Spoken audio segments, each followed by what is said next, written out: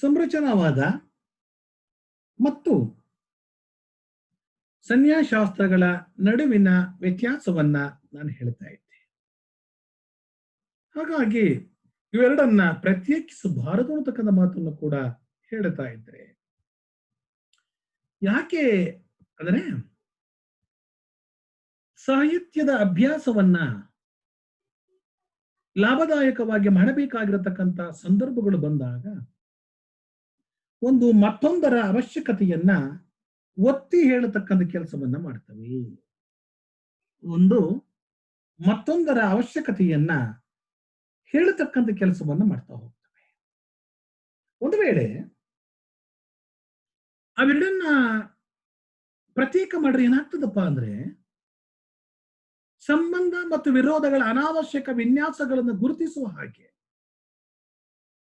ಇಲ್ಲವೇ ಅವುಗಳನ್ನ ಹುಟ್ಟಿಸುವ ರೂಢಿಗತವಾದ ವ್ಯವಸ್ಥೆಗಳನ್ನ ಲಕ್ಷ್ಯಕ್ಕೆ ತೆಗೆದುಕೊಳ್ಳದೆ ಸನ್ನಿಗಳನ್ನು ಒಂದು ಸುಂದರ ಸ್ತರದಲ್ಲಿ ಶೋಧಿಸುವ ಅಪಾಯವನ್ನ ನಾವೇ ತಂದುಕೊಳ್ಬೇಕಾಗ್ತದೆ.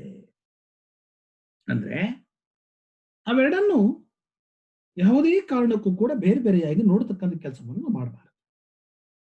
ಮಾಡಿದೇನಾಗ್ತದೆ, ಸಂಬಂಧ ಮತ್ತು ವಿರೋಧಗಳನ್ನ ನಾವೇ ಅನಾವಶ್ಯಕವಾಗಿ ಎರಡು ವಿನ್ಯಾಸಗಳಲ್ಲಿ ನೋಡಬೇಕಾಗಿರತಕ್ಕಂಥ ಗುರುತಿಸಬೇಕಾಗಿರತಕ್ಕಂತಹ ಕೆಲಸವನ್ನು ನಾವೇ ಮಾಡ್ಕೊಳ್ಬೇಕಾದಂತ ಸ್ಥಿತಿಗೆ ನಾವೇ ಬರಬೇಕಾಗ್ತದೆ ಅಲ್ವಾ. ನಾವೇನ್ ಮಾಡ್ಬೇಕಪ್ಪ ಮಕ್ಕಳ ಅಂದ್ರೆ, ಹಾಗೇನಾದ್ರು ಒಂದು ವೇಳೆ ಬೇರೆ ಬೇರೆಯಾಗಿ ಅರ್ಥೈಸ್ತಕ್ಕಂತ ಕೆಲಸವನ್ನು ಮಾಡ್ಕೊಂಡ್ರೆ ಅವು ಸನ್ನೆಗಳಾಗಿ ಉಳ್ಕೊಳ್ಳಿಕ್ಕೆ ಸಾಧ್ಯನೇ ಆಗೋದಿಲ್ಲ. ಅದಕ್ಕೆ ನಾವೇನ್ ಮಾಡ್ಬೇಕು, ಸಂನ್ಯಾಸಶಾಸ್ತ್ರದ ಮಾರ್ಗವನ್ನ ಸೀಮಿತವಾದ ಅರ್ಥದಲ್ಲಿ ಬಳಸಬಹುದಾಗಿರತಕ್ಕಂಥ ಅಪಾಯ ಇರ್ತದೆ. ನಾವು ಅವೆರಡನ್ನು ಬೇರೆ ಬೇರೆಯನ್ನಾಗಿ ಮಾಡಿದಾಗ ಅಂತಕ್ಕಂಥದನ್ನ ಆತ ಹೇಳ್ತಿದ್ದಾನೆ. ಈಗ ನಮಗೆ ಸಾಂಸ್ಕೃತಿಕ ವಸ್ತುಗಳು ಇದಾವಲ್ಲ, ಈ ಕಲ್ಚರಲ್ ಆರ್ಟ್ ಫ್ಯಾಕ್ಟ್ಸ್ ಇದೆಯಲ್ಲ, ಅವು ಅಂತಸ್ಥ ರೂಢಿಗತ ವ್ಯವಸ್ಥೆಗಳನ್ನ ರೂಪಿಸುವುದೇ ಸಂರಚನಾ ವಿಶ್ಲೇಷಣೆಯ ಕೆಲಸ. ಈ ಸಂರಚನೆಯ ವಿಶ್ಲೇಷಣೆ ಏನ್ ಮಾಡ್ಬೇಕಪ್ಪ ಅಂದ್ರೆ, ಸಾಂಸ್ಕೃತಿಕ ವಸ್ತುಗಳು ಅಂತ ಯಾವ್ದನ್ನ ನಾವು ಗುರುತು ಮಾಡ್ತಾ ಇದೀವೋ ಆ ಗುರುತು ಮಾಡಬಹುದಾಗಿರತಕ್ಕಂತ ಈ ವಿಚಾರಗಳು ಏನಿದಾವೋ ಇವುಗಳ ಅಂತಸ್ಥ ರೂಢಿಗತವಾದ ವ್ಯವಸ್ಥೆಗಳನ್ನು ರೂಪಿಸಬೇಕು ಮತ್ತು ವಿಶ್ಲೇಷಿಸಬೇಕು. ಯಾವ ಪರಿಕಲ್ಪನೆ ಇದೆಯಲ್ಲ, ಯಾವ ರೂಢಿಗಳು ಇದೆಯಲ್ಲ, ಯಾವ ಸಂಪ್ರದಾಯಗಳು ಇದೆಯಲ್ಲ, ಇವನ್ನೆಲ್ಲ ಆ ರೂಢಿಗತ ವ್ಯವಸ್ಥೆಗಳೊಟ್ಟಿಗೆ ನಾವು ಅವುಗಳ ಅವಶ್ಯಕತೆಯನ್ನು ಒತ್ತಿ ಅವುಗಳನ್ನು ಅರ್ಥೈಸಬೇಕಾಗ್ತದೆ. ಸಾಹಿತ್ಯ ಕೃತಿ ಹೊಸ ಮತ್ತು ಆಶ್ಚರ್ಯಕರ ಅರ್ಥ ವಿವರಣೆ ಕೊಡುವ ಪದ್ಧತಿ ಅಲ್ಲ. ಸಂರಚನಾವಾದ ತಕ್ಷಣ ಸಾಹಿತ್ಯ ಕೃತಿಗಳನ್ನ ಹೊಸದಾಗಿ ಅರ್ಥೈಸುವ ವಿವರಣಾತ್ಮಕ ಕ್ರಮ ಅಲ್ಲ.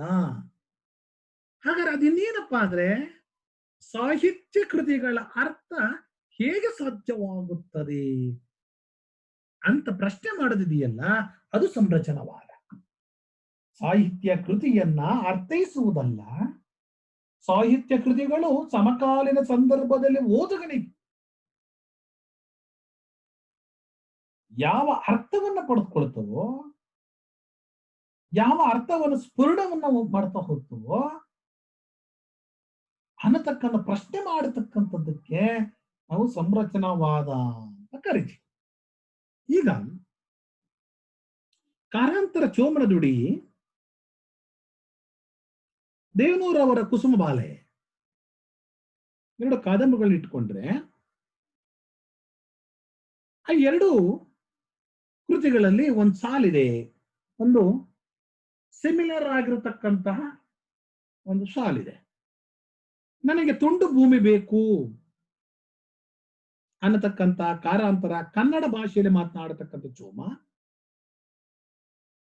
ಐ ವಾಂಟ್ ಮೈ ಹೌಸ್ ಅನ್ನತಕ್ಕಂತಹ ಕುಸುಮ ಬಾಲೆ ಮಾತನಾಡತಕ್ಕಂಥ ಆಂಗ್ಲ ಭಾಷೆಯ ಶಬ್ದ. ಅವೆರಡು ಕೂಡ ದಲಿತ ಪಾತ್ರಗಳೇ, ದಲಿತರೇ, ಭೂಮಿ ಇಲ್ಲದೆ ಇರತಕ್ಕಂಥ ಜನರೇ. ಆದ್ರೆ ಅದು ನಮ್ಗೆ ಏನ್ ಅರ್ಥವನ್ನು ಕಟ್ಟಿಕೊಡ್ತಾ ಇದೆ? ಕನ್ನಡದಲ್ಲಿ ಮಾತನಾಡಿದ ಚೋಮ, ಆಂಗ್ಲ ಭಾಷೆಯಲ್ಲಿ ಮಾತನಾಡತಕ್ಕಂಥ ಕುಸುಮ ಬಾಲೆ, ಇಡೀ ಕಾದಂಬರಿಯಲ್ಲಿ ಕಥಾನಾಯಕಿ ಆಗಿರತಕ್ಕಂಥ ಕುಸುಮ ಬಾಲೆ ಮಾತನಾಡತಕ್ಕಂಥ ಒಂದೇ ಒಂದು ಶಬ್ದ, ಐ ವಾಂಟ್ ಮೈ ಹೌಸ್. ಇನ್ನೇನು ಮಾತಾಡಲ್ಲ. ಒಳ್ಳೆ ಕಾದಂಬರಿ ನಾಯಕಿ, ಆ ಹೆಸರೇ ಕುಸುಮ ಬಾಲೆ. ಈ ಎರಡು ಪಾತ್ರಗಳು ನಮಗೆ ಯಾವ ಅರ್ಥವನ್ನು ಕಟ್ಟಿಕೊಡ್ಲಿಕ್ಕೆ ಸಾಧ್ಯ ಆಗ್ತದೆ ಅಂತ ಹೋದ್ರೆ, ನಾವು ಅರ್ಥ ಮಾಡ್ಕೊಳ್ಬೇಕು. ಅದನ್ನು ಹೇಗೆ ಹೌ ಟು ರೀಕನ್ಸ್ಟ್ರಕ್ಟ್, ಅದನ್ನು ಹೇಗೆ ಪುನರ್ ನಿರ್ಮಾಣ ಮಾಡಬೇಕು, ಹೇಗೆ ಪುನರ್ರಚನೆಯನ್ನು ಮಾಡಬೇಕು ಅನ್ನೋದಾದ್ರೆ, ಕಾರಾಂತರ ಕಾಲಘಟ್ಟದ ದಲಿತನಿಗೆ ಅಕ್ಷರದ ಜ್ಞಾನ ಇರಲಿಲ್ಲ ಅಲ್ವಾ? ಕಾರಾಂತರ ಕಾಲಘಟ್ಟದ ದಲಿತ ಪಾತ್ರದ ಪ್ರತಿನಿಧೀಕರಣವನ್ನು ಮಾಡ್ತಾ ಇರತಕ್ಕಂಥ ಚೋಮ, ಅವನಿಗೆ ಅಕ್ಷರದ ಜ್ಞಾನ ಇರಲಿಲ್ಲ. ಸೊ ಆ ಕಾರಣಕ್ಕಾಗಿ ಅವನು ಕನ್ನಡದಲ್ಲಿ ಮಾತನಾಡ್ತಾನೆ.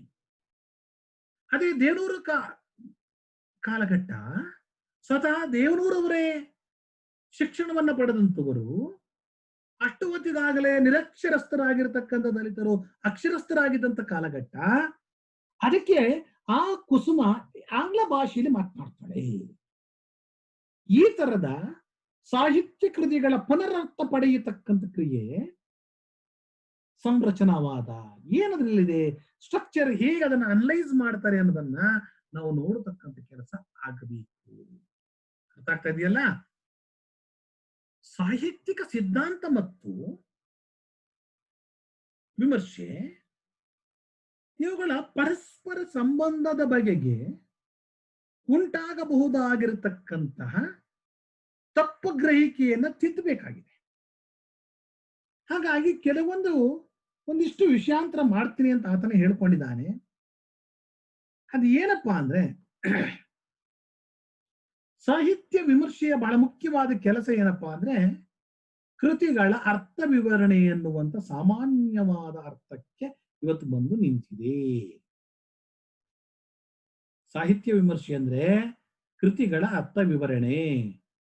ಸಾಹಿತ್ಯ ಸಿದ್ಧಾಂತದ ಹೊರವಲಯಕ್ಕೆ ಸಂಬಂಧಿಸಿದ್ರು ಕೂಡ ಇದು ಗೌಣವಾದುದು ಅಂತ ಹೇಳಿ ತಿಳ್ಕೊಂಡ್ಬಿಟ್ಟಿದೀವಿ.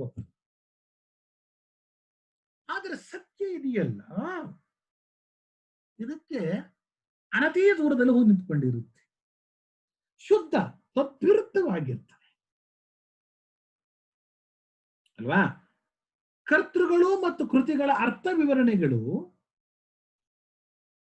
ಸಂಪೂರ್ಣ ಸಾಹಿತ್ಯವನ್ನು ಓದುವ ಕ್ರಿಯೆಯನ್ನು ಅವಲಂಬಿಸಿರ್ತವೆ. ಕರ್ತೃ ಇರ್ಬೋದು, ಅರ್ಥ ವಿವರಣೆಗಳು ಇರ್ಬೋದು, ವಿಮರ್ಶಕ ಇರ್ಬೋದು. ಇವೆರಡು ಕೂಡ ಸಾಹಿತ್ಯವನ್ನು ಓದುವ ಓದಗನನ್ನು ಅವಲಂಬಿಸಿಕೊಂಡಿರ್ತವೆ. ಯಾರು ಸಾಹಿತ್ಯವನ್ನು ಓದ್ತಾನಲ್ಲ, ಆ ಸಾಹಿತ್ಯವನ್ನು ಓದುವ ಓದಗನನ್ನು ಅವಲಂಬಿಸಿಕೊಂಡಿರುತ್ತೆ. ವಿಮರ್ಶೆ ಆಗ್ಲಿ, ಕಲಾಕೃತಿಯ ರಚನೆ ಆಗ್ಲಿ. ಜನ ಹೇಳ್ತಾನಲ್ಲ, ಕಟಿಮೆಯನ ಮಾಲಗಾರನ ಪಸಭಾಸಿಗಮಂ ಮುಡಿವ ಭೋಗಿಗಳಿಲ್ಲದೆ ಬಾಡಿ ಹೋಗದೆ ಅಂತ ಸಹೃದಯನ ಪಾತ್ರವನ್ನ ಭಾರತೀಯ ಕಾವ್ಯ ಮೀಮಾಂಸೆಯಲ್ಲಿ ಕಟ್ಟಿಕೊಡ್ತಕ್ಕಂಥ ಕೆಲಸ ಆಗ್ತದಲ್ಲ. ಹಾಗೆ ಕಲಾಕೃತಿಯಾಗ್ಲಿ ಮತ್ತು ವಿಮರ್ಶೆಯಾಗ್ಲಿ ಇವೆರಡು ಕೂಡ ಓದುಗನ ಪ್ರತಿಕ್ರಿಯೆ ಮೇಲೆ ನಿಂತಿರ್ತವೆ ಅಲ್ವಾ? ಆದರೆ ಲೇಖಕನ ಬಗೆಗೆ ಬರೆಯುವ ವಿಮರ್ಶಕನು ಓದುಗರು ತಮಗಾಗಿ ಹುಟ್ಟಿಸಿಕೊಳ್ಳುವ ಪಾಠಗಳಿಗಿಂತಲೂ ಹೆಚ್ಚು ಪರಿಪೂರ್ಣ ಮತ್ತು ಸ್ಪಷ್ಟ ಪಾಠಗಳನ್ನ ಕೊಡ್ತಾನೆ. ಹಾಗಾದ್ರೆ ವಿಮರ್ಶಕ ಏನ್ ಮಾಡ್ತಿದ್ದಾನೆ ಇವತ್ತು ಸಮಕಾಲೀನ ಸಂದರ್ಭದಲ್ಲಿ ಅಂದ್ರೆ, ಓದುಗ ಕೃತಿಯನ್ನ ತಾನೇ ಅರ್ಥ ಮಾಡಿಕೊಳ್ಳಕ್ಕಿಂತಲೂ ಮಿಗಿಲಾಗಿ ಹೆಚ್ಚು ಒಂದು ವ್ಯವಸ್ಥಿತ ರೂಪದಲ್ಲಿ ಕೃತಿಯನ್ನ ಅರ್ಥೈಸತಕ್ಕಂಥ ಕೆಲಸವನ್ನ ಇವತ್ತು ಸಮಕಾಲ ಸಂದರ್ಭದಲ್ಲಿ ವಿಮರ್ಶಕ ಮಾಡ್ತಾ ಇದ್ದಾನೆ ಅಷ್ಟೇ. ಹೌದೇನು? ಆದರೆ ಸಾಹಿತ್ಯ ಸ್ವರೂಪದ ಬಗೆಗೆ ಚಿಂತನೆ ಮಾಡುವುದಂದ್ರೆ ಒಂದು ಕೃತಿಯನ್ನ ಸಾಹಿತ್ಯ ಕೃತಿಯೆಂದು ಓದುವುದರಲ್ಲಿರುವ ವೈಶಿಷ್ಟ್ಯ ಏನು? ನಮ್ಮನ್ನು ಪ್ರಶ್ನೆ ಮಾಡಿಕೊಡ್ತಾರೆ. ಕೃತಿಗಳ ಅರ್ಥ ವಿವರಣೆ ತೊಡಗಿ ಎಲ್ರಿಗೂ ಕೂಡ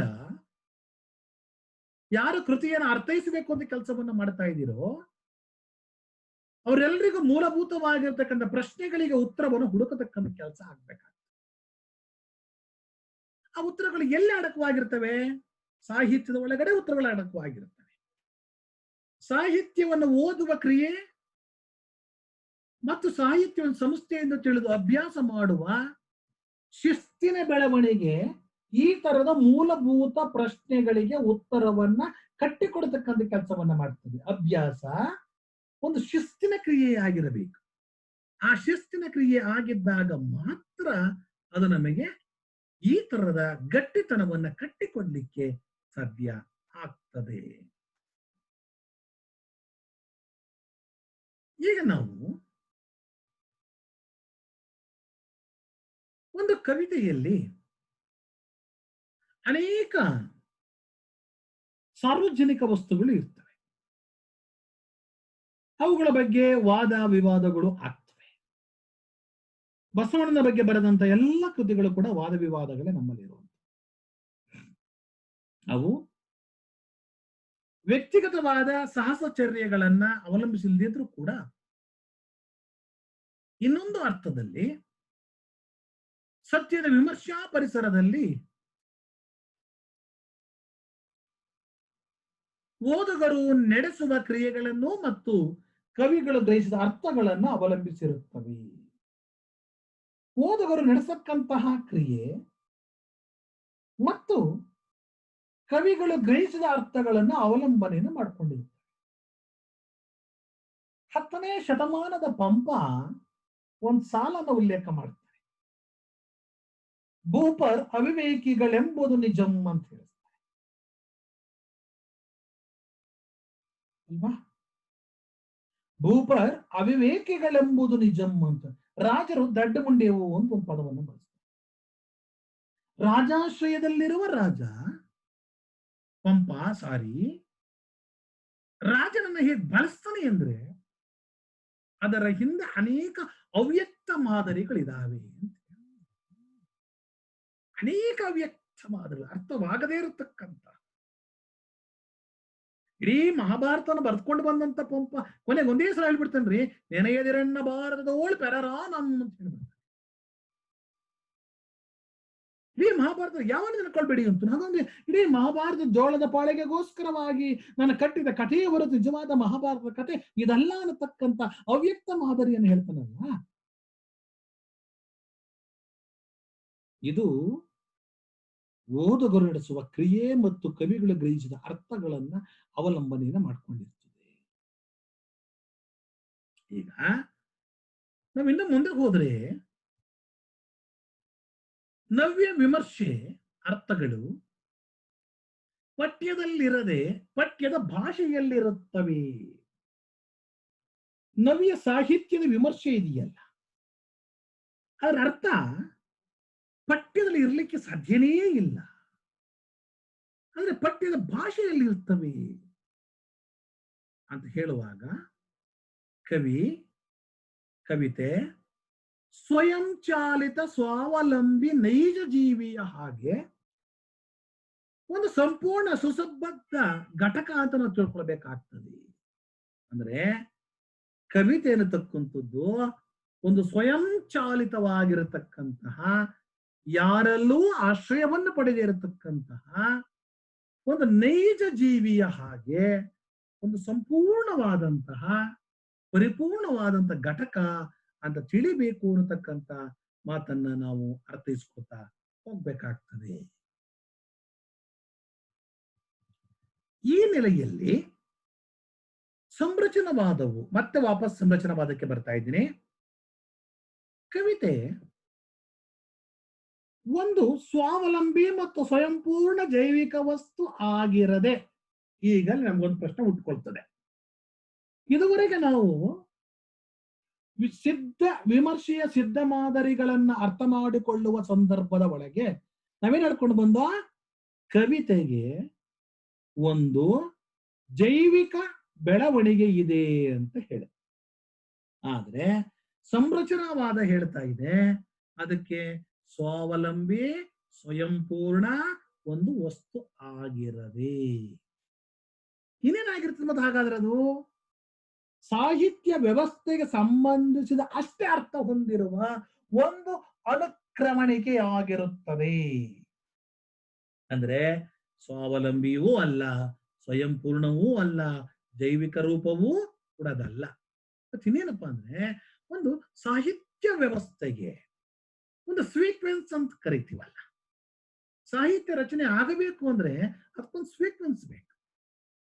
ಅಂದ್ರೆ ಇಲ್ಲಿ ನೋಡ್ರಿ, ಒಂದು ಸಾಹಿತ್ಯ ವ್ಯವಸ್ಥೆಗೆ ಸಂಬಂಧಪಟ್ಟ ಹಾಗೆ ಅರ್ಥ ಹೊಂದುವ ಒಂದು ಅನುಕ್ರಮಣಿಕೆ ಹೇಗೆ ಅಂದ್ರೆ ಸಾಹಿತ್ಯದ ರಚನೆ ಆಗ್ಲಿಕ್ಕೆ ಯಾವ್ಯಾವ ವ್ಯವಸ್ಥೆಗಳು ಬೇಕು ಅದನ್ನು ಇಲ್ಲ ಓದುಗನಿಗೆ ಮಾರ್ಗದರ್ಶನ ನೀಡುವ ಸಾಹಿತ್ಯಿಕ ಸಂಸ್ಥೆಗೆ ಸಂಬಂಧಿಸಿದ ಅರ್ಥ ಹೊಂದಿರುತ್ತದೆ ಈ ಸಂರಚನಾವಾದ. ಅಂದ್ರೆ ಓದುಗನಿಗೆ ಮಾರ್ಗದರ್ಶನ ನೀಡುವ ಯಾವ ರೀತಿಯಾಗಿ ಸಾಹಿತ್ಯ ಕೃತಿಯನ್ನ ಅರ್ಥೈಸಿಕೊಳ್ಬೇಕು ಅನ್ನತಕ್ಕಂತಹ ಸಂಸ್ಥೆಗೆ ಸಂಬಂಧಪಟ್ಟ ಹಾಗೆ ಸಂರಚನವಾದ ಕೆಲಸವನ್ನು ಮಾಡ್ತಾ ಹೋಗ್ತದೆ. ಇಲ್ಲಿ ಕವಿತೆಯ ಪೂರ್ಣತ್ವದ ಅರ್ಥ ಬರುವುದು ಅದನ್ನು ಅರ್ಥೈಸುವ ಸಮಗ್ರ ಕ್ರಿಯೆಯಿಂದ. ಹೇಳಿದೆ, ಒಂದು ಕವಿತೆ ಇರ್ಲಿ, ಒಂದು ನಾಟಕ ಇರ್ಲಿ, ಮತ್ತೊಂದಿರ್ಲಿ, ಅದರ ಪೂರ್ಣತ್ವದ ಅರ್ಥ ಯಾವಾಗ ಬರ್ತದೆ ಅಂದ್ರೆ ಅದನ್ನು ಅರ್ಥೈಸುವ ಸಮಗ್ರ ಕ್ರಿಯೆಯಿಂದ. ನಮಗೆ ಕಲಿಸಿದಂತೆ ಓದಲು ನಾವು ಓದಿಕೊಂಡು ಹೋದ್ರೆ ತಪ್ಪು ತಿಳುವಳಿಕೆಯನ್ನ ನಾವೇ ತಂದುಕೊಂಡಂಗಾಗ್ತದೆ. ಕವಿ ಕಾಗದದ ಮೇಲೆ ಶಬ್ದಗಳನ್ನಿಡುವ ಕೆಲಸ ಮಾಡದ ಕವಿತೆ ಬರೆದಿರುತ್ತಾನೆ. ಆತ ಸುಮ್ಮನೆ ಕಾಗದ ಮೇಲೆ ಮನಸ್ಸಿಗೆ ಬಂದಂತೆ ಅಕ್ಷರಗಳನ್ನ ಗೀಚ ಕೆಲಸ ಮಾಡಿರೋದಿಲ್ಲ ಪುಣ್ಯಾತ್ಮ. ಅವ್ರು ಏನ್ ಮಾಡಿರ್ತಾನೆ ಅಂದ್ರೆ ಶಬ್ದಗಳನ್ನ ಇಟ್ಟು ಕವಿತೆ ಬರೆದಿರ್ತಾನೆ. ಅವನು ಪರಂಪರೆ ವಿರೋಧಿ ಆಗಿದ್ರು ಕೂಡ ಕವಿತೆಗಳನ್ನು ಓದುವ ಮತ್ತು ಬರೆಯುವ ಕ್ರಿಯೆಗಳಲ್ಲಿ ಏನೋ ಸೇರಿರುತ್ತದೆ. ಒಂದು ಪರಂಪರೆಯ ಶುದ್ಧ ವಿರೋಧಿ ಆಗಿದ್ರು ಕೂಡ ಕವಿತೆಯನ್ನ ಬರೆಯುವಾಗ ಓದುವಾಗ ಆ ಕ್ರಿಯೆಗಳಲ್ಲಿ ಯಾವುದೋ ಒಂದು ಅವ್ಯಕ್ತವಾದ ಪರಂಪರೆ ಬಂದು ಸೇರ್ಕೊಳ್ಳುತ್ತೆ. ಅದನ್ನು ಓದಬೇಕು. ಯಾವುದು ಅವ್ಯಕ್ತವಾಗಿರತಕ್ಕಂತಹ ಪರಂಪರೆ ಅಂತ ಇದೆಯೋ ಅದನ್ನ ನಾವು ನೋಡ್ತಾ ಹೋಗ್ಬೇಕು. ಸಾಹಿತ್ಯವನ್ನ ಓದುವ ಕ್ರಿಯೆ ಹೇಗಿರ್ತದೆ ಅಂದ್ರೆ ಅವನು ಪದಗಳನ್ನು ಆಯ್ಕೆ ಮಾಡಿಕೊಂಡು ಬರೆಯುವ ಸಂದರ್ಭ, ಪರ್ಯಾಯ ಪದ ಮತ್ತು ಪದಪುಂಜದೊಳಗೆ ತನಗೆ ಬೇಕಾದ ಪದಗಳನ್ನ ಪದಪುಂಜಗಳನ್ನ ಆಯ್ಕೆ ಮಾಡಿಕೊಳ್ಳುವ ಸಂದರ್ಭ, ಆತ ಕವಿ ಒಬ್ಬ ಸಮರ್ಥ ಓದುಗನಂತೆ ಕೆಲಸವನ್ನು ಮಾಡಿರ್ತಾನೆ. ಕವಿ ಒಬ್ಬ ಸಮರ್ಥ ಓದುಗನಂತೆ ಕೆಲಸವನ್ನು ಮಾಡ್ತಾನೆ. ಅಂದ್ರೆ ಒಂದು ಪರಂಪರೆ, ಯಾವುದೋ ಒಂದು ಪರಂಪರೆ ವಿರೋಧವಾಗಿ ಕವಿ ಸಾಹಿತ್ಯವನ್ನ ರಚನೆ ಮಾಡ್ತಾ ಇದ್ದಾನೆ ಅಂತ ನೀವು ಅನ್ಕೊಂಡ್ರು ಕೂಡ, ಆದ್ರೆ ಸಾಹಿತ್ಯವನ್ನ ರಚನೆ ಮಾಡತಕ್ಕಂಥ ಸಂದರ್ಭದ ಒಳಗಡೆ ಅವನ ಕ್ರಿಯೆ ಪ್ರತಿಕ್ರಿಯೆಗಳು ಒಂದು ಪರಂಪರೆಯ ಪ್ರತಿನಿಧೀಕರಣವನ್ನು ಮಾಡ್ತಾ ಇರ್ತವೆ ಅಲ್ವಾ. ಸಾಹಿತ್ಯ ವ್ಯವಸ್ಥೆ ಇಲ್ಲವೇ ಸಾಹಿತ್ಯಿಕ ಸಾಮರ್ಥ್ಯ, ಸಾಹಿತ್ಯ ವ್ಯವಸ್ಥೆ ಮತ್ತು ಹಳೆಯ ಪದಗಳನ್ನು ಬಳಸ್ತಾ ಇದ್ದೀನಿ, ಇಲ್ಲ ಸಾಹಿತ್ಯಿಕ ಸಾಮರ್ಥ್ಯ ಅಂತಕ್ಕಂಥ ಕಲ್ಪನೆ ಬಹು ಜನರಿಗೆ ಹಿಡಿಸೋದಿಲ್ಲ. ಅದನ್ನ ಮನವರಿಕೆಯಾಗುವಂತ ಅನೇಕ ಕಾರಣಗಳಿರ್ತವೆ. ಏನು ಮೊದಲನೆಯದು ಶಾಲೆ ಮತ್ತು ವಿಶ್ವವಿದ್ಯಾನಿಲಯಗಳು ಸಾಹಿತ್ಯಿಕ ತರಬೇತಿಯನ್ನ ಕೊಡುತ್ತಿದ್ದೇವೆ ಅಂತ ಹೇಳ್ಕೊಳ್ತಾ ಇರೋದನ್ನ ಹಗುರವಾಗಿ ಪರಿಗಣಿಸಿ ನಾವು ಅದನ್ನ ನಿರಾಕರಣೆ ಮಾಡುವಂತಿಲ್ಲ. ಅಯ್ಯೋ ಪಾಪ, ಇಂಗ್ಲಿಷ್ ಭಾಷೆ ಜ್ಞಾನ, ಪ್ರಪಂಚದ ಅನುಭವ ಅಷ್ಟೇ ಇದ್ರೆ ಸಾಕು, ಸಾಹಿತ್ಯದ ಓದುಗನಾಗಲು ಸಾಕಾಗಲಾರವೋ ಅನ್ನತಕ್ಕಂಥ ಸ್ಪಷ್ಟತೆ ಇರುತ್ತದೆ. ಆದ್ರೆ ಇವೆರಡು ಪದಗಳ ಅರ್ಥ ಏನು ಮಕ್ಕಳ ಅಂದ್ರೆ, ಸಾಹಿತ್ಯಿಕ ತರಬೇತಿಯನ್ನ ಸಾಹಿತ್ಯ ಏನು ಕಲಿಯಲು ಉದ್ದೇಶಿಸಲಾಗಿದೆ ಅನ್ನತಕ್ಕಂಥದ್ದನ್ನ ನಿರ್ದಿಷ್ಟಪಡಿಸುವ ನಿಟ್ಟಿನಲ್ಲಿ ಓದುಗನನ್ನ ಕೊಂಡೊಯ್ಯಲು ಕಾವ್ಯ ಮೀಮಾಂಸೆ ಸಮರ್ಥವಾಗಿರ್ಬೇಕು. That is the important. That is the important. ಏನು ಬಹಳ ಮುಖ್ಯವಾಗಬೇಕು ಅಂದ್ರೆ ಸಂರಚನಾವಾದ ಅನ್ನತಕ್ಕಂಥದ್ದು ಸಾಹಿತ್ಯವನ್ನ ಅರ್ಥೈಸುವ ಹೊಸದಾದ ಮಾರ್ಗ ಪರಂಪರೆ ಅಲ್ಲ. ಮತ್ ಇನ್ನೇನಪ್ಪಾ ಅಂದ್ರೆ ಓದುಗನನ್ನ ಯಾರನ್ನ ಓದುಗನನ್ನ ಕೊಂಡೊಯ್ಯಲು ಕಾವ್ಯ ಮೀಮಾಂಸೆ ಸಮರ್ಥವಾಗಬೇಕು. ಹೇಗೆ ಸಮರ್ಥವಾಗಬೇಕು ಕಾವ್ಯ ಮೀಮಾಂಸೆ ಅಂದ್ರೆ ಕಾವ್ಯದ ಒಳಗಡೆ ಹೊಸ ಅರ್ಥಗಳ ಸ್ಫುರಣ, ಅರ್ಥವಂತಿಕೆಯನ್ನು ಕಟ್ಟಿಕೊಡಬೇಕು. ಆ ತರದ ಶುದ್ಧ ಶಾಸ್ತ್ರ ಸಾಹಿತ್ಯ ಶಾಸ್ತ್ರ ಮೀಮಾಂಸೆ ಆಗಬೇಕು ಭಾಷಾಶಾಸ್ತ್ರದ ರೀತಿ. ಹಾಗಾದಾಗ ಮಾತ್ರ ಸಾಹಿತ್ಯವನ್ನ ಸ್ಪಷ್ಟವಾಗಿ ನಮ್ಮ ಕಲೆ ಅರ್ಥಕೊಳ್ಳಿಕ್ಕೆ ಸಾಧ್ಯವಾಗ್ತದೆ ಅನ್ನತಕ್ಕಂಥ ಮಾತನ್ನ ಜೊನಾಥನ್ ಕಲ್ಲರ್ ಸ್ಪಷ್ಟವಾಗಿ ಪ್ರತಿನಿಧಿಸ್ತಾನೆ. ಅಂದ್ರೆ ಎರಡನೇದಾಗಿ ಅದು ಮೊದಲನೆಯ ವಿಚಾರ, ಸಾಹಿತ್ಯ ಮೀಮಾಂಸೆ ಆಗಬೇಕು ಅನ್ನತಕ್ಕದ್ದು ಮೊದಲನೇ ವಿಚಾರ. ಎರಡನೇದು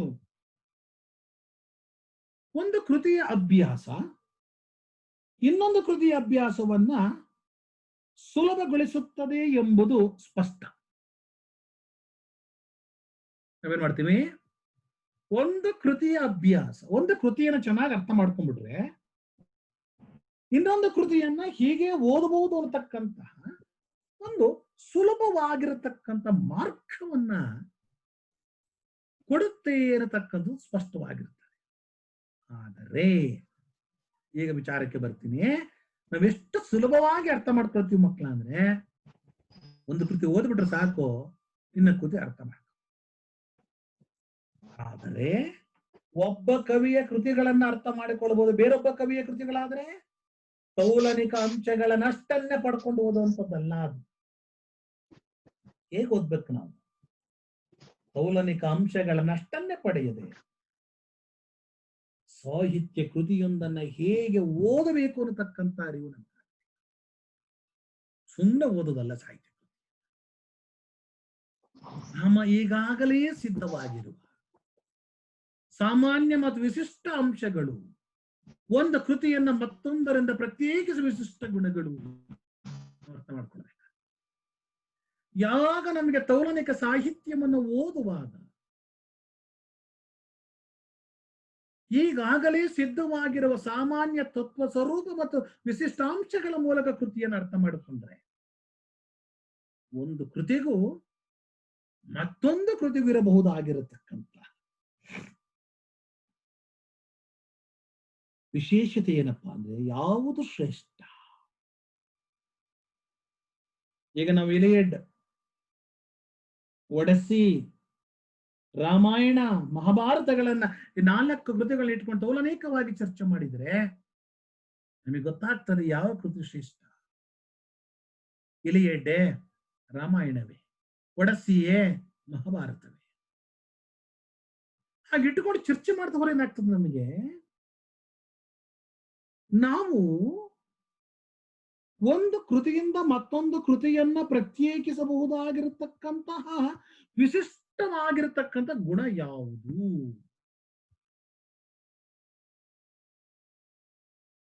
ಇದನ್ನ ಮೊದಲು ಹುಡುಕೊಳ್ಬೇಕು. ಜ್ಞಾತ ಕೃತಿಯಿಂದ ಅಜ್ಞಾತ ಕೃತಿಯನ್ನ ತಿಳಿದುಕೊಳ್ಳುವುದರ ಬಗ್ಗೆ ಮಾತನಾಡುವ ಇಚ್ಛೆ ಇದ್ರೆ ಮಾತನಾಡಬೇಕು. ಯಾವುದೋ ಒಂದು ಜ್ಞಾತವಾಗಿ ಎಲ್ಲೋ ಒಂದ್ ಕಡೆ ಉಲ್ಲೇಖ ಮಾಡ್ತಾರಪ್ಪ. ಈಗ ಅಸಗ ಭೂಪ ಕೃಪೆ ಅಂತ ಇದೆಯಪ್ಪ, ಆದ್ರೆ ಅಸಗನ ಕೃತಿಗಳು ಸಿಗ್ತಾ ಇಲ್ವೇ? ಹೀಗೆ ನಾವು ಸಾಹಿತ್ಯವನ್ನ ಕಲಿಯುವ ಸಂದರ್ಭದ ಒಳಗಡೆ ಈ ತರದ ವಿಚಾರಧಾರೆಗಳನ್ನ ಇಟ್ಟುಕೊಂಡು ನಾವು ಓದ್ತೇವೆ. ಈ ಬಗೆಯ ಶಾಸ್ತ್ರ ಅನೇಕ ಆತಂಕಗಳಿದಾವೆ. ಸರ್, ಯಾವ್ದು ಆತಂಕಗಳು? ಹಲೋ, ಮ್ಯೂಟ್ ಮಾಡ್ರಿ ಯಾರದು?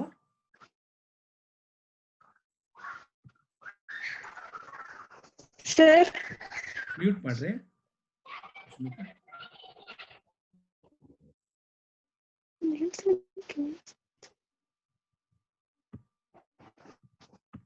ಸರ್ ಅದು ನನ್ಗೆ ಅಲ್ಲಪ್ಪ ಸರಿ ಮ್ಯೂಟ್ ಮಾಡಿ ನಾನು ರೆಕಾರ್ಡ್ ಹಾಕ್ತೀನಿ ನೀವು ಓಲಿ. ಸರ್ ಏನು ಕೇಳಿಸ್ತಿಲ್ಲ ಸರ್. ಸರಿ ಸುಷ್ಮಿತಾ, ನಾನು ಆಮೇಲೆ ಹಾಕ್ತೀನಿ ನಿಮಗೆ. ಕನೆಕ್ಟ್ ಆಗ್ತಿಲ್ಲ. ಸರಿಯಪ್ಪ ಆಯ್ತು, ನಾನು ನಿಮ್ಗೆ ಆಮೇಲೆ ವಿಡಿಯೋ ಕಳಿಸ್ತೀನಿ. ಈಗ ಸದ್ಯಕ್ಕೆ ಮ್ಯೂಟ್ ಮಾಡಿ. ಓಕೆ. ಈ ಬಗೆಯ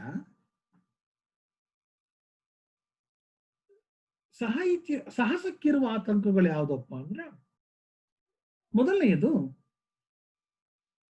ಸಾಹಿತ್ಯ ಕೃತಿಗಳ ಹೊಸ ಹೊಸ ಮತ್ತು ಸೂಕ್ಷ್ಮ ಅರ್ಥ ವಿವರಣೆ ಒದಗಿಸುವುದು ತಮ್ಮ ಕೆಲಸವೆಂದು ತಿಳಿಯುವುದು ವಿಮರ್ಶಕರಿಗೆ ರೂಢಿಯಾಗಿರುತ್ತದೆ.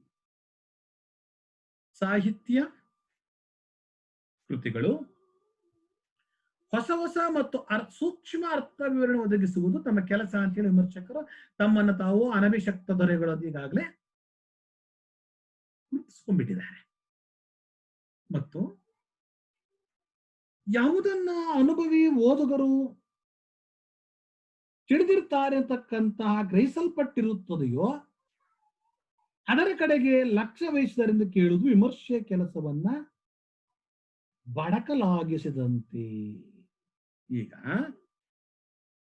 ವಿಮರ್ಶಕನಾದವನು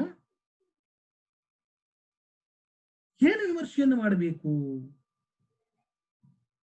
ಕೃತಿಯಲ್ಲಿರುವ ಅರ್ಥ ವಿವರಣೆಯಿಂದ ಸ್ಪಷ್ಟವಾಗಿ ಕಟ್ಟಿಕೊಡ್ತಕ್ಕಂಥ ಕೆಲಸ ಮಾಡಬೇಕು ಅಲ್ವಾ? ಅದನ್ನು ಬಿಟ್ಟು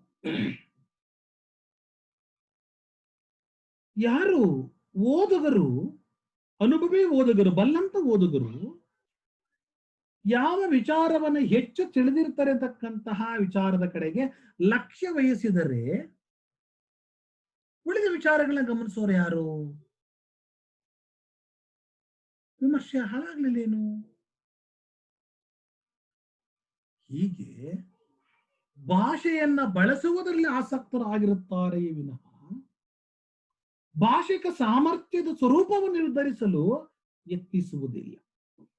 ಈ ನೆಲೆಯಲ್ಲಿ ಬಹುಜನ ವಿಮರ್ಶಕರು ಸಾಹಿತ್ಯದ ಬಗೆಗೆ ತಮಗಿರುವ ಜ್ಞಾನವನ್ನು ಬಳಸಿಕೊಳ್ಳುವುದರಲ್ಲಿ ಹೆಚ್ಚು ಜಾಗೃತವಾಗಿರುತ್ತಾರೆ ವಿನಃ ಸಾಹಿತ್ಯವನ್ನ ತಿಳಿದುಕೊಳ್ಳುವ ಕ್ರಿಯೆ ಏನು ಒಳಗೊಂಡಿರುತ್ತದೆ ಇರತಕ್ಕಂಥದನ್ನ ಅರ್ಥ ಮಾಡ್ಕೊಳ್ಳಲ್ಲ. ನೋಡಿ,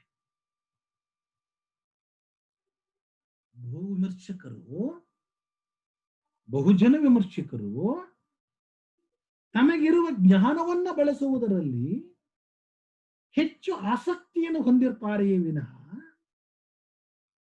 ಸಾಹಿತ್ಯದ ವಿವಿಧ ಮಜಲುಗಳನ್ನ ತಿಳಿದುಕೊಳ್ಳುವ ಯಾವುದೇ ಶೋಧಕ್ಕೆ ಅವರು ತೊಡಗೋದಿಲ್ಲ. ಏಕೆಂದ್ರೆ ಭಾಷಿಕ ಸಾಮರ್ಥ್ಯವನ್ನು ಬಳಸುವುದರಲ್ಲಿ ಆಸಕ್ತರಾಗಿರುವವರೆಲ್ಲರೂ ಭಾಷೆಯ ಅಭ್ಯಾಸದಲ್ಲಿ ತೊಡಗಿರ್ತಾರೆ ಅಂತ ಹೇಳಿ ನಾವು ನಮ್ಮನ್ನ ಮೋಸಗೊಳಿಸುವುದಲ್ಲ.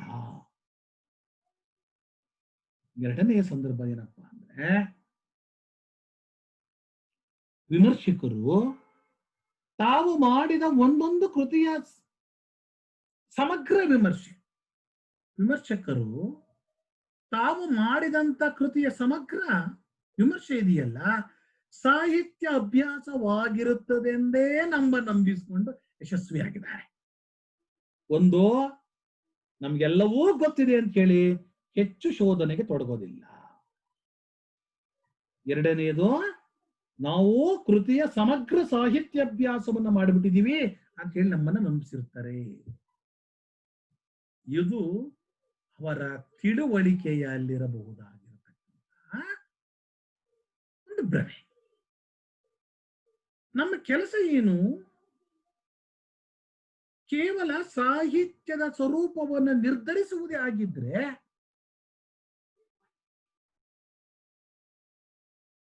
ನಾವು ನಮ್ಮ ವಿದ್ಯಾರ್ಥಿಗಳು ಏನನ್ನು ಕಲಿಯಬೇಕೆಂಬುದನ್ನ ತಿಳಿಯಲಿಚ್ಛಿಸುವುದರ ಮಹತ್ವವನ್ನ ಗುರುತಿಸುವುದಾದರೆ ಸಾಹಿತ್ಯದ ಅಭ್ಯಾಸಗಳಲ್ಲಿ ಮೀಮಾಂಸೆಗೆ ಮಹತ್ವದ ಕೇಂದ್ರ ಸ್ಥಾನ ಕೊಡುವುದು ಸರಿಯಾಗ್ತಾ ಇದೆ. ಅದ್ರದ್ದು ಯಾವುದು ಇವತ್ತು ಆಗ್ತಾ ಇಲ್ಲ. ವಿಮರ್ಶಕರು ನೀಡಬಹುದಾಗಿರ್ತಕ್ಕಂಥ ಅರ್ಥ ವಿವರಣೆಗಳು ಒಂದಕ್ಕೊಂದು ಎಷ್ಟೊಂದು ಭಿನ್ನವಾಗಿರ್ತವೆ ಅಂದ್ರೆ ಸಾಹಿತ್ಯಿಕ ಸಾಮರ್ಥ್ಯ ಮತ್ತು ಸಾಮಾನ್ಯ ತಿಳುವಳಿಕೆ ಎಂಬುದು ಇವರು ಇಲ್ವೇನೋ ಅಂತ ಅನಿಸುವಷ್ಟು ಮಟ್ಟಿಗೆ ಸರಳವಾದ ರೀತಿಯಲ್ಲಿ ಇವತ್ತು ವಿಮರ್ಶೆ ನಡೆದಿರ್ತಕ್ಕಂಥದ್ದನ್ನು ಇವತ್ತು ನಾವು ಗಮನಿಸ್ತಾ ಇದ್ದೀವಿ. ಇದನ್ನ ಈ ತರದ ವಿಮರ್ಶೆಯನ್ನ ನಾವು ಆರಂಭದಲ್ಲಿಯೇ ತೊಡೆದು ಹಾಕಬೇಕು ಅನ್ನತಕ್ಕಂಥ ತೀರ್ಮಾನಕ್ಕೆ ಜೊನಾಥನ್ ಕಲ್ಲಾರ್ ಬಂದ ಹಾಗೆ ಕಾಣಿಸ್ತದೆ. ಸಾಹಿತ್ಯ ಅಭ್ಯಾಸದ ಕ್ರಿಯೆಯಲ್ಲಿ ತನ್ನ ತಾನೇ ಬಗೆಹರಿಯುವ ವಿಷಯವಾಗಬೇಕು.